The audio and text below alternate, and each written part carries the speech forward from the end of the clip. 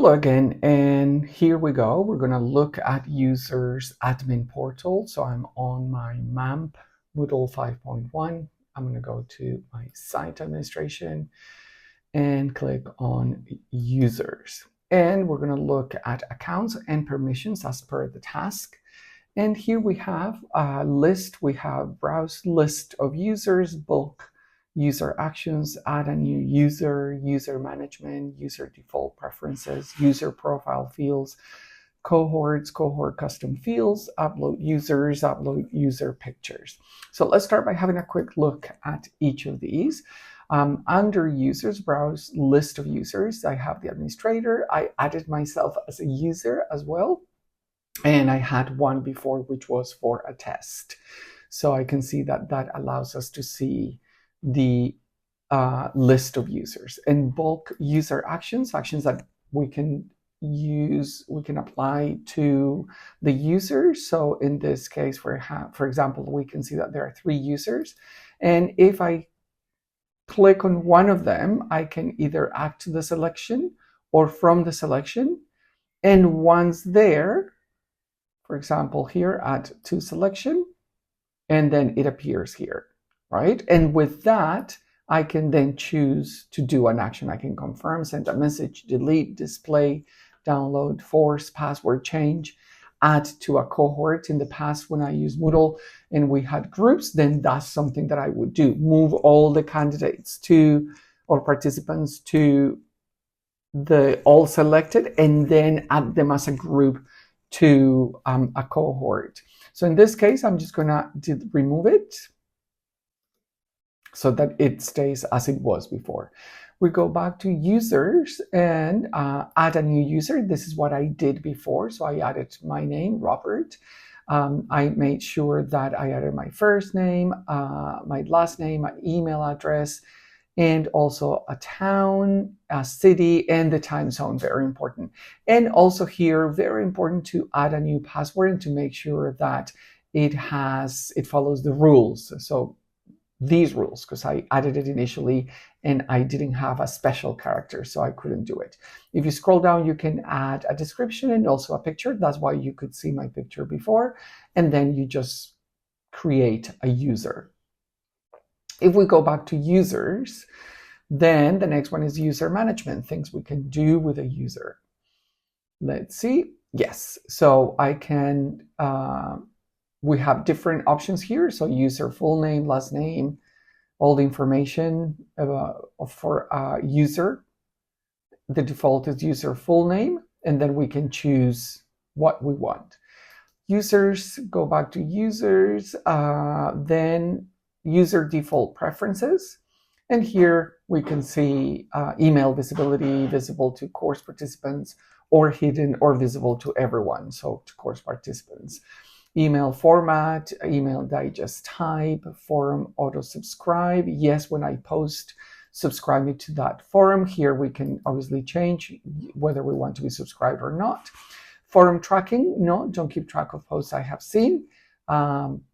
Or yes, and then default content visibility, whether it is going to be either public or unlisted. So we leave it as it is. We go back to users, and then we can see user profile fields.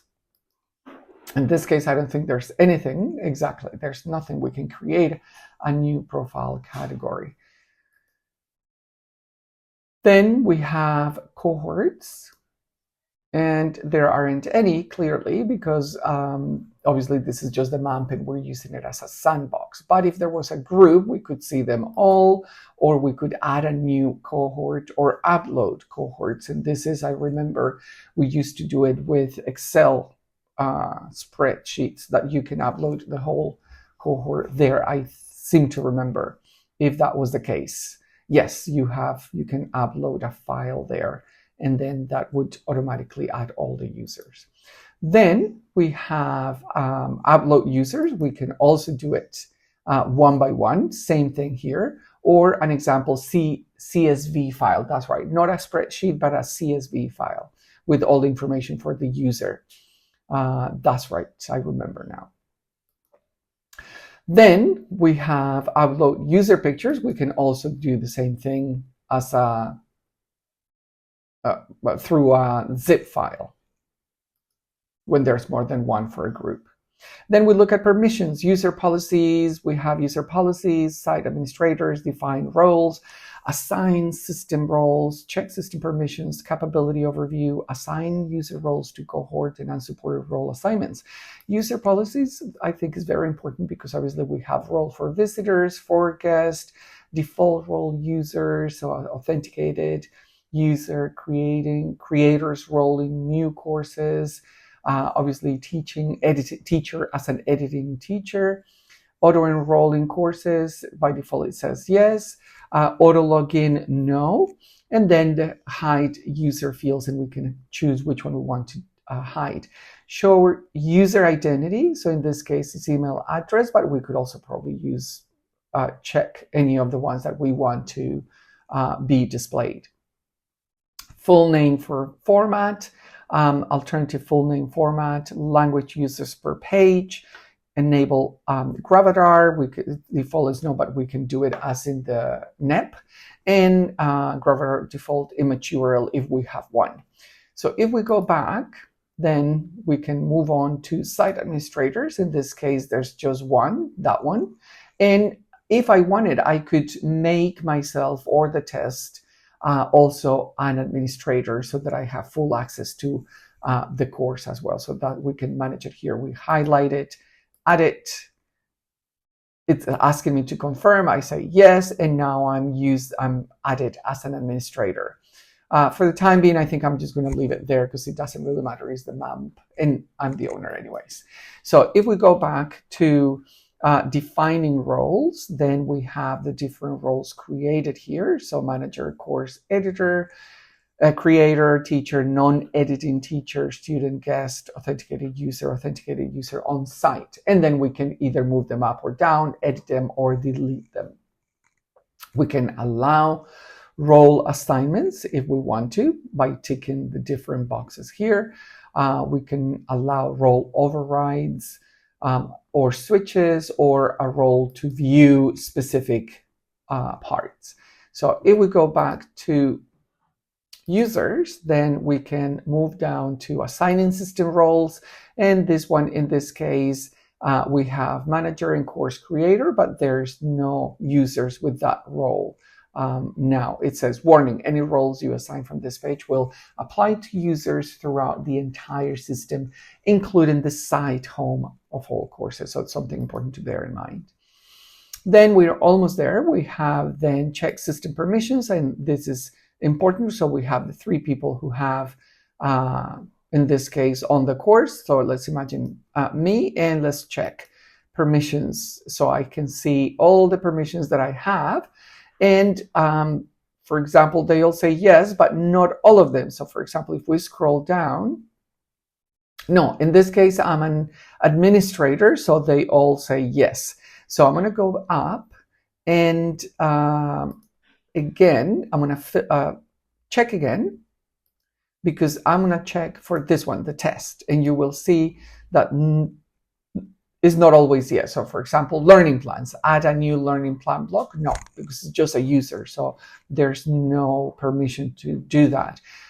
Role assignments synchronized to course content. No. User capability must use other factor in MFA to authenticate. No. Manage generic template. No, because it's just a user. So I think that's important under users, permission systems, checking permission, system permissions.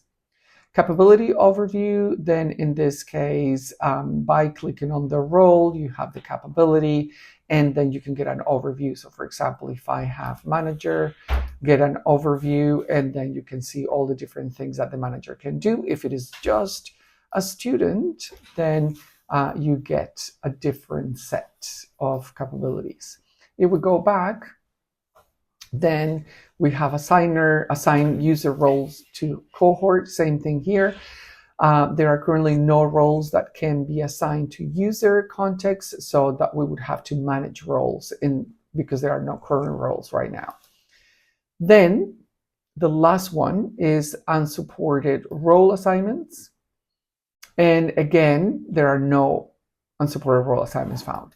So that's a quick overview of the first two parts. Privacy and policy, I think, is very important. I'm just going to very quickly look at privacy settings, especially because if we're working with minors, and especially here in the European Union, then you have the different ages that students need to be, at least how young or how old they must be before they can actually use Moodle on their own. So by default it says 16 because that's like the most general one, but for example here in Spain it is 14. They can use it individually, for example in my experience, if they have their parents' consent, because at school we have people who can access them. They have their parents' consent, and it is an enclosed learning environment, so it is protected. Okay, I think that's it. Going back to permissions and to users. So I think that's it. Thank you very much.